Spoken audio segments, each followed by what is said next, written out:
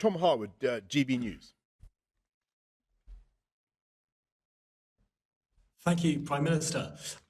We've heard a lot about how we want this roadmap to be completely irreversible, and that after 4 weeks, hopefully, all those restrictions are gone and don't come back.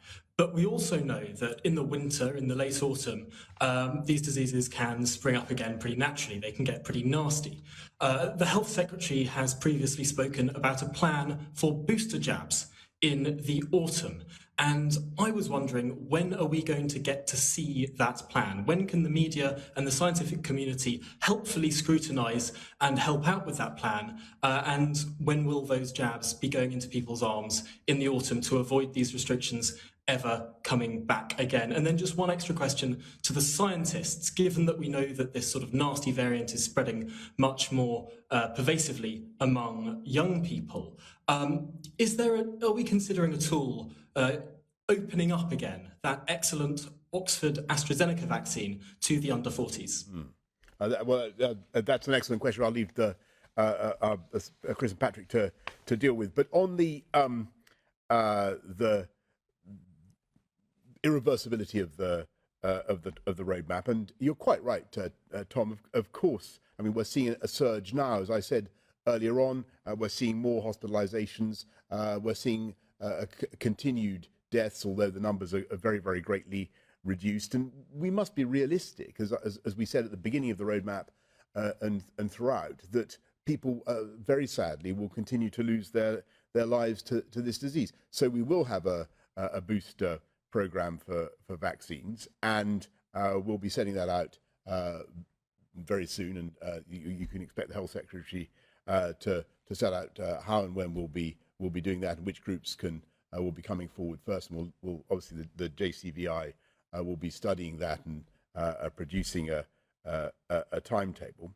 But the objective is, as I've said, to be irreversible, to avoid more lockdowns of the kind that we've seen.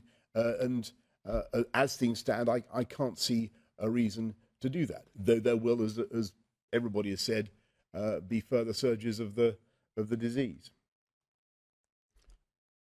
Do you want to go on Astra for under 40s? Astra for under 40s. Yeah, I'll make a comment, then Chris will want to build on it. I mean, the balance is always the risk benefit in any drug or vaccine, and obviously the benefit is greater in this particular case the higher the level of virus. So the risk benefit changes all the time depending on where you are, and these are decisions that are rightly ones for JCVI to look at, where the risk benefit falls at any point in the pandemic. And I think at the moment the plan is to get all of the 18s and over vaccinated single dose with other vaccines, Pfizer and Moderna, and that's the target for the week of July the 19th. Chris, do you want to add to that? No, and the only point to make, which is the obvious one, is the risk benefit of the vaccines as currently laid out is very strongly in favour of vaccination, and we really would encourage everybody to get their first jab and get their second. In terms of exactly which vaccines, as with exactly which drugs for other bits of medicine, that may slightly change at the margins, and JCVI will continue to look at it. But at this point, we're very clear that this is a sensible approach which actually maximises the risk benefit, so that people who get vaccinated can be confident that they are increasing their chances of a very healthy and good outcome over the next period. I mean, it's worth saying that the vaccines we've got are spectacularly more effective than we ever dared hope. I mean, they really are very good. That is true. Thank you very much, Tom. Jason Groves, Daily Mail.